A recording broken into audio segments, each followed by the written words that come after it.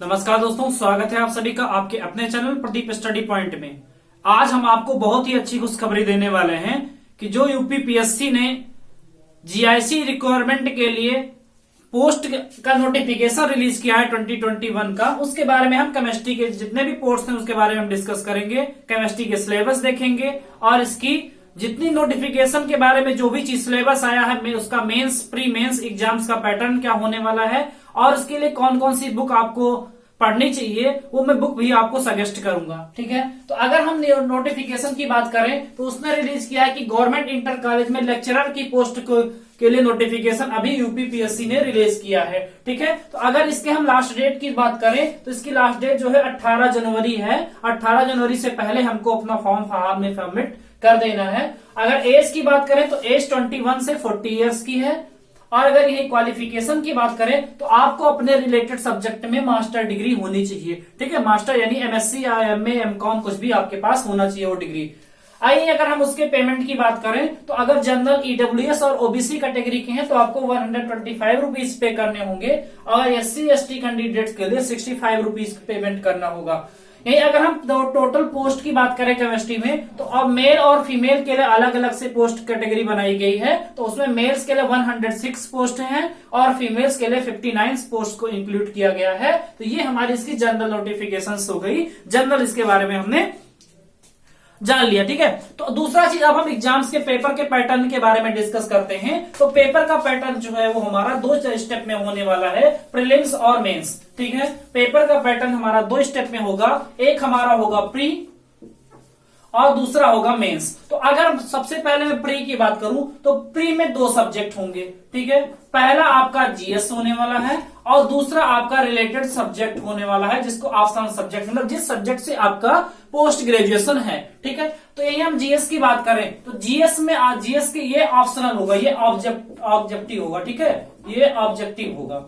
ठीक है, यही जीएस के 40 क्वेश्चन आपको मिलेंगे और सब्जेक्ट के आपको 80 क्वेश्चन मिलेंगे। यानी अगर टोटल नंबर ऑफ क्वेश्चन की बात करें तो 120 क्वेश्चन आपको प्रीलिम्स में मिलेंगे। ठीक है, 120 क्वेश्चन आपको प्रीलिम्स में मिलेंगे जिसमें आपके रिलेटेड सब्जेक्ट से 80 क्वेश्चन और जनरल स्टडीज से 40 क्वेश्चन आपको मिलेंगे। ये आपका प्रीलिम्स का सिलेबस हो गया। ठीक है, प्रीलिम्स और मेंस के केमिस्ट्री यानी सब्जेक्ट में अगर आप सब्जेक्ट की बात करें तो सब्जेक्ट के सिलेबस में कोई डिफरेंस नहीं है। जो प्रीलिम्स का सिलेबस है वही मेंस का सब्जेक्ट है। ठीक है, दोनों में कोई डिफरेंस उसने नहीं दिया है। तो ये हमारी हो गई प्रीलिम्स। यही अगर हम मेंस की बात करें, यही हम अगर मेंस की बात करें तो मेंस में भी आपको 2 पेपर देने होंगे।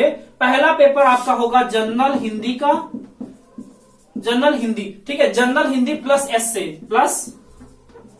एस्से। और अगर सेकंड पेपर की बात करें तो सेकंड पेपर जो होगा वो आपका होने वाला है केमिस्ट्री का यानी ऑप्शनल सब्जेक्ट, जिस सब्जेक्ट से आपने पोस्ट ग्रेजुएशन किया है तो उससे आपके ऑप्शनल सब्जेक्ट। और ये दोनों जो होंगे वो सब्जेक्टिव होंगे। दोनों क्या होंगे? सब्जेक्टिव। मतलब इसमें आपको आंसर को राइट करना होगा। 150 वर्ड्स दे दिया, 250 वर्ड्स दे दिया, 500 वर्ड्स दे दिया, तो ऐसे आपको क्या करना है उसको डिस्क्रिप्टिव क्वेश्चन होंगे यानी उसको डिस्क्राइब करके आपको लैंग्वेज में लिखना होगा। ठीक है, तो ये हमारा हो गया मेंस का सब्जेक्ट और इसमें 25 क्वेश्चन जो होंगे आपको मिलेंगे। 25 क्वेश्चन आपके, अगर जैसे मैं केमिस्ट्री की बात कर रहा हूं तो केमिस्ट्री में क्या होगा 25 क्वेश्चन आपको मिलेंगे और वो आपको क्या करना है डिस्क्रिप्शन यानी सब्जेक्टिव क्वेश्चन की तरह उसको आपको आंसर आपको लिखना है और वो आपका मेंस का पैटर्न होने वाला है। ठीक है, तो मेंस में भी 2 पेपर। फर्स्ट पेपर में जनरल हिंदी प्लस एस्से आएगा और सेकंड पेपर में जो भी आपका ऑप्शनल सब्जेक्ट होगा उससे आपको 25 क्वेश्चन मिलेंगे और उस 25 क्वेश्चन को आपको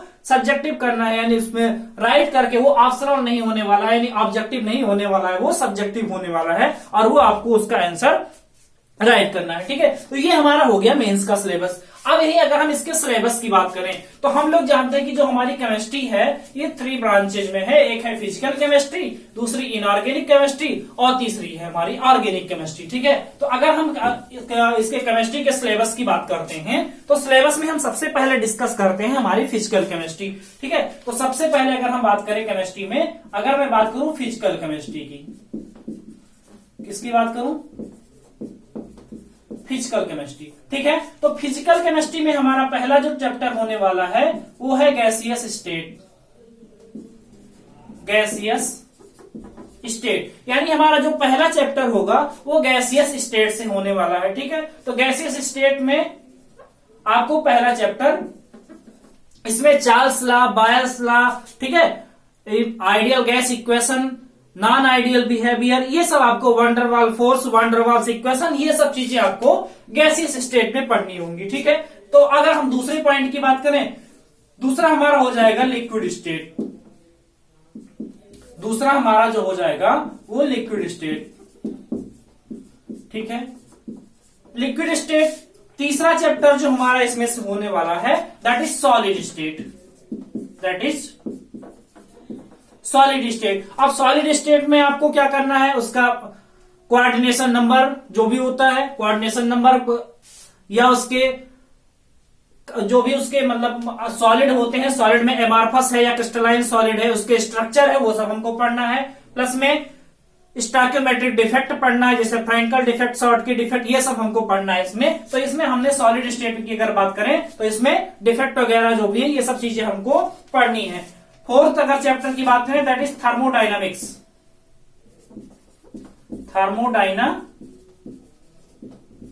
थर्मोडाइनमिक्स, तो इसमें क्या है, zeroth law thermodynamics, first law thermodynamics, second law entropy, heat, जो भी आपको पढ़ना है ये सब हेस लॉ और ये सब जो है आपको थर्मोडायनेमिक्स में पढ़ना है। यानी जितने भी टॉपिक हैं, जैसे एंट्रोपी हो गई, एंथैल्पी हो गई, ये सब चीजें आपको कहां पढ़नी है, थर्मोडायनेमिक्स में पढ़नी है। ठीक है, ये चौथा पॉइंट। नेक्स्ट पॉइंट की बात करें तो हमारा हो जाएगा डाइल्यूट सोल्यूशन। नेक्स्ट हमारा हो जाएगा डाइल्यूट सोल्यूशन। और डाइल्यूट सोल्यूशन में जैसे आपको आर्हीनियस इक्वेशन पढ़ना है, कॉलिगेटिव प्रॉपर्टी जैसे एलिवेशन इन बॉइलिंग पॉइंट हो गया, डिप्रेशन इन फ्रीजिंग पॉइंट हो गया, relative levelling in vapour pressure हो गया, ऑस्मोसिस एंड ऑस्मोटिक प्रेशर हो गया। तो ये सब चीजें हमको पढ़नी है और ये सब हमारे किस में आ जाएंगे, डाइल्यूट सोल्यूशन में। जैसे आर्हीनियस इक्वेशन हो गया तो ये सब आपको डाइल्यूट सोल्यूशन में पढ़ना है। ठीक है, नेक्स्ट चैप्टर की बात करें तो नेक्स्ट चैप्टर हमारा हो जाता है केमिकल इक्विलिब्रियम।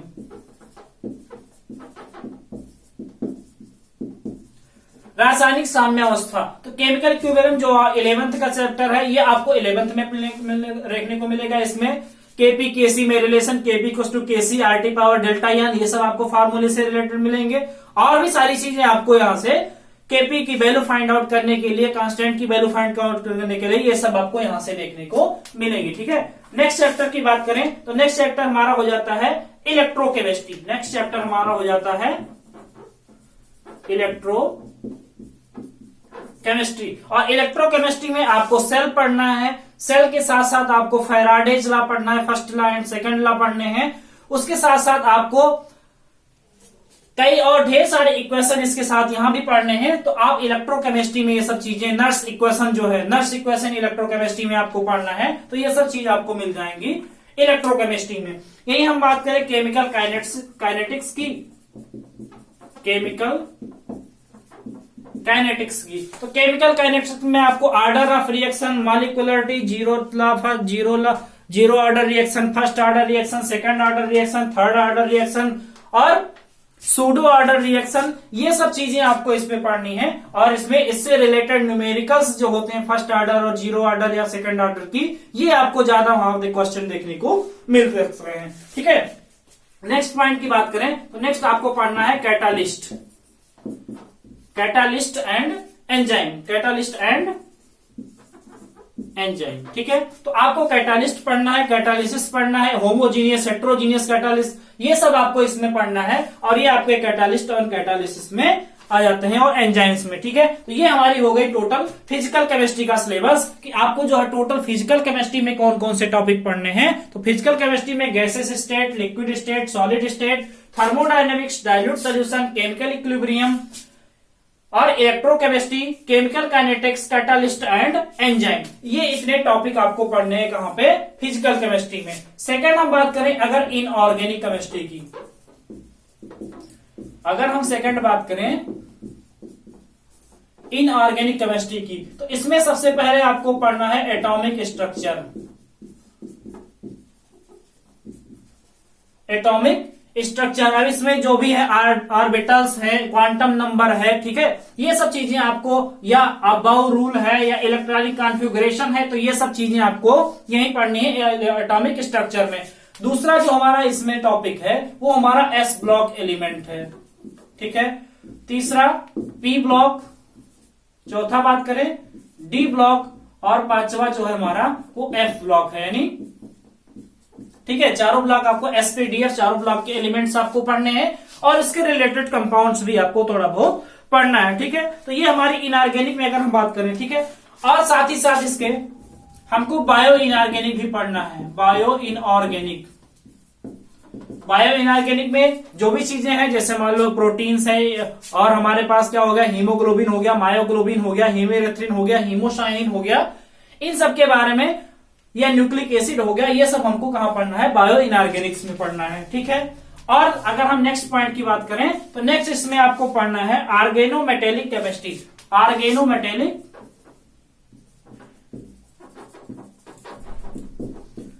ऑर्गेनोमेटेलिक केमिस्ट्री यानी ऑर्गेनोमेटेलिक कंपाउंड आपको यहां से इनऑर्गेनिक केमिस्ट्री में जो ऑर्गेनोमेटेलिक कंपाउंड है वो भी हमको यहाँ पे पढ़ना है। ये भी हमारा क्या है, ऑर्गेनो केमिस्ट्री, एक भी इस इनऑर्गेनिक केमिस्ट्री का एक टॉपिक होने वाला है, ठीक है। तो आपको ये इनऑर्गेनिक केमिस्ट्री में पढ़ लेना है, ठीक है। आप लोग स्क्रीनशॉट ले सकते हैं या सिलेबस आप डाउनलोड भी कर सकते हैं, लेकिन आपको कहां से ज्यादा क्वेश्चन मिलेंगे वो चीज अगर हम बात करें तो सबसे ज्यादा क्वेश्चन आपको कहां से, एटॉमिक स्ट्रक्चर से, पी और डी ब्लॉक से, साथ में बायो इनऑर्गेनिक से, यहां से आपको थोड़ा ज्यादा क्वेश्चन मिलते हैं। इसके चांसेस क्या होते हैं, थोड़ा ज्यादा होते हैं, क्योंकि आपको डी ब्लॉक अगर हम बात करें तो डी ब्लॉक में ट्रांजिशन मेटल्स आ जाते हैं, और ट्रांजिशन मेटल से रिलेटेड क्वेश्चन आपको ढेर सारे क्वेश्चन पेपर में मिलने वाले हैं। इसमें कोऑर्डिनेशन केमिस्ट्री आ जाती है, तो कोऑर्डिनेशन कंपाउंड जो है डी ब्लॉक में ही पढ़ना है, तो कोऑर्डिनेशन कंपाउंड के ढेर सारे क्वेश्चन आपको वहां पे मिल जाएंगे, ठीक है। नेक्स्ट अगर हम बात करें तो सबसे लास्ट और हमारा सबसे इंपॉर्टेंट जो है वो है ऑर्गेनिक केमिस्ट्री, ठीक है। तो ऑर्गेनिक केमिस्ट्री का सिलेबस भी थोड़ा सा लेंथी होता है, और ऑर्गेनिक केमिस्ट्री हमको थोड़ा मेहनत भी करनी पड़ेगी, ठीक है। ऑर्गेनिक केमिस्ट्री,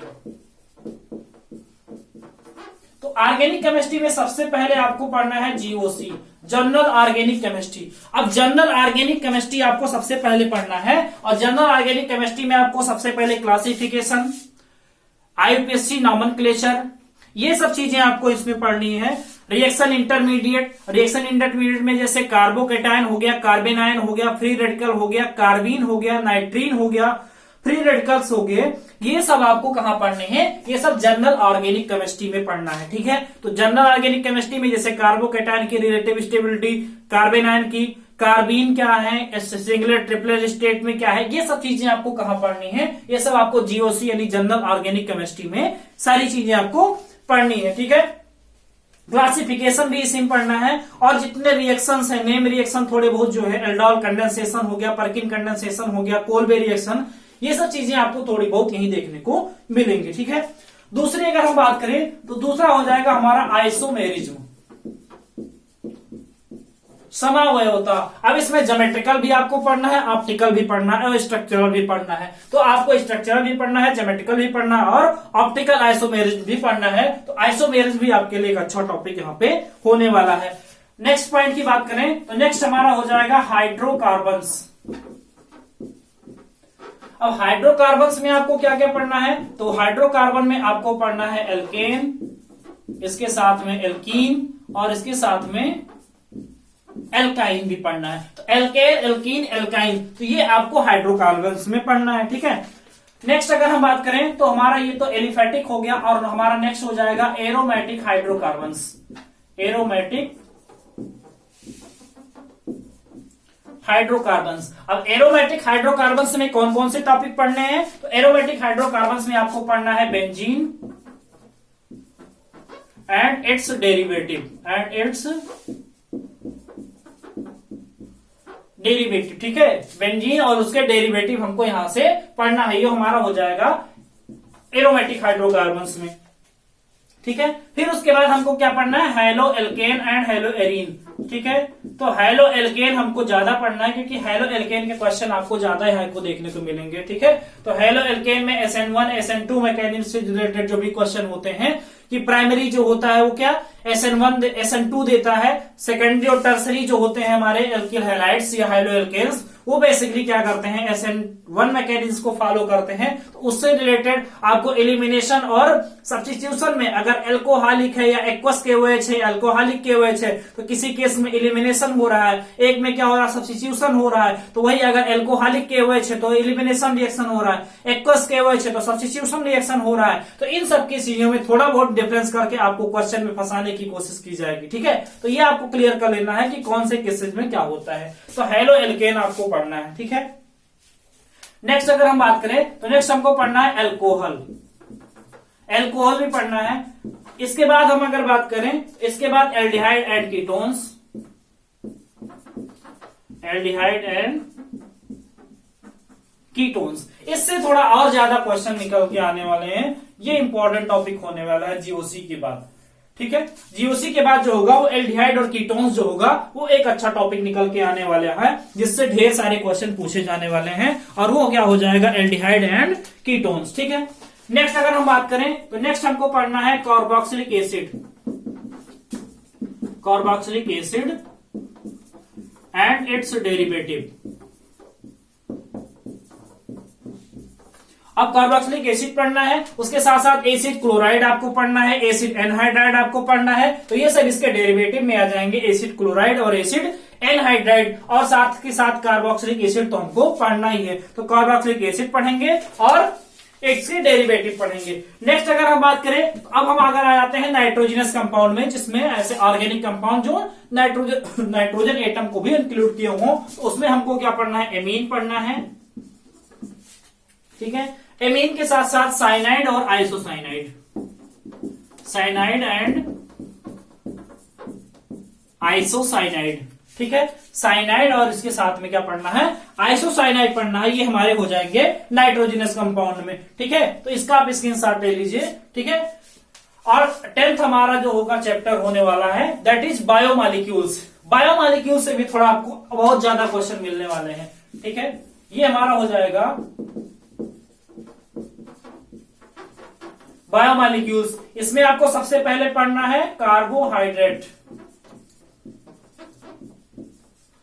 कार्बोहाइड्रेट पहला पॉइंट होने वाला है। दूसरा हमारा हो जाएगा प्रोटीन। अब प्रोटीन है तो हमको उससे पहले एमिनो एसिड पढ़ना है, पेप्टाइड बॉन्ड ये सब वगैरह हमको पढ़ लेना है, पॉलीपेप्टाइड चेन पढ़ना है, ठीक है। ये सब हमको पढ़ लेना है। इसका मतलब इसमें एमिनो एसिड ऑलरेडी इनबिल्ड है, ठीक है। तो एमिनो एसिड ऑलरेडी क्या है, इसमें इनबिल्ड है, ये हमको प्रोटीन में पढ़ना है। तो उसके साथ साथ हमको क्या पढ़ना है, विटामिन पढ़ना है। विटामिन के बाद अगर हम बात करें तो हमको न्यूक्लिक एसिड पढ़ना है, ठीक है। न्यूक्लिक एसिड में जैसे आपको क्या पढ़ना है, डीएनए पढ़ना है, आरएनए पढ़ना है, नाइट्रोजनस बेस पढ़ना है, adenine, guanine, thymine, cytosine, uracil, ठीक है। और ये कैसे बाईफॉस्फेट लिंकेज के थ्रू जुड़े होते हैं, और ऐसे डीएनए आरएनए के स्ट्रक्चर से रिलेटेड क्वेश्चन आपको मिलने वाले हैं। और अगर हम बात करें एटीजीसी मतलब एडेनिन और थायमिन के बीच में दो हाइड्रोजन बॉन्डिंग होता है, ग्वानिन और साइटोसिन के बीच में 3 हाइड्रोजन बॉन्डिंग होता है। तो इससे रिलेटेड एक क्वेश्चन हो सकता है कि ग्वानिन और साइटोसिन के में कितने हाइड्रोजन बॉन्डिंग होते हैं, तो सिंपल सा आंसर होगा 3 हाइड्रोजन बॉन्डिंग होता है। ऐसे एडेनिन और थायमिन के बीच में तो उसमें 2 हाइड्रोजन बॉन्डिंग होता है। तो इससे रिलेटेड क्वेश्चन आपको एक न एक देखने को मिल सकता है, ठीक है। नेक्स्ट अगर हम बात करें तो इसी में हमको पढ़ना है lipid and hormones, lipid and hormones. तो ये सब हमारे होने वाले हैं बायोमॉलिक्यूल्स के टॉपिक। तो बायोमॉलिक्यूल्स में carbohydrate, protein, vitamin, nucleic acid, lipid and hormones, ये हमको इतने टॉपिक इसमें से हमको पढ़ने हैं, ठीक है। नेक्स्ट अगर हम बात करें तो नेक्स्ट हमको पढ़ना है पॉलीमर्स, पॉलीमर केमिस्ट्री भी हमको पढ़नी है। यही आगे बात करें तो chemistry in daily life, chemistry in daily life, सुबह उठने से लेकर के रात में सोने तक, जब तक आप सो नहीं जाते हैं तब तक आप केवल किसका यूज करते हैं, केमिस्ट्री का।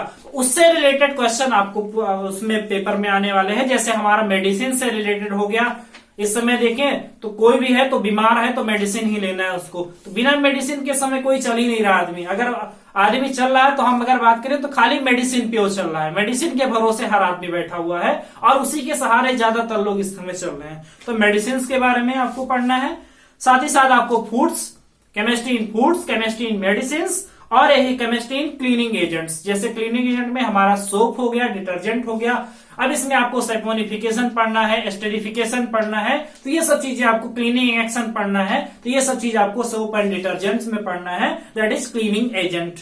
ठीक है, तो इतना चीज आपको, ये जो आपका है ये आपका सिलेबस होने वाला है। अब इसमें क्या, जैसे हमारा हो गया फूड में और मेडिसिन में, और तीसरा अगर हम बात करें तो तीसरा हमारा हो गया सोप एंड डिटर्जेंट,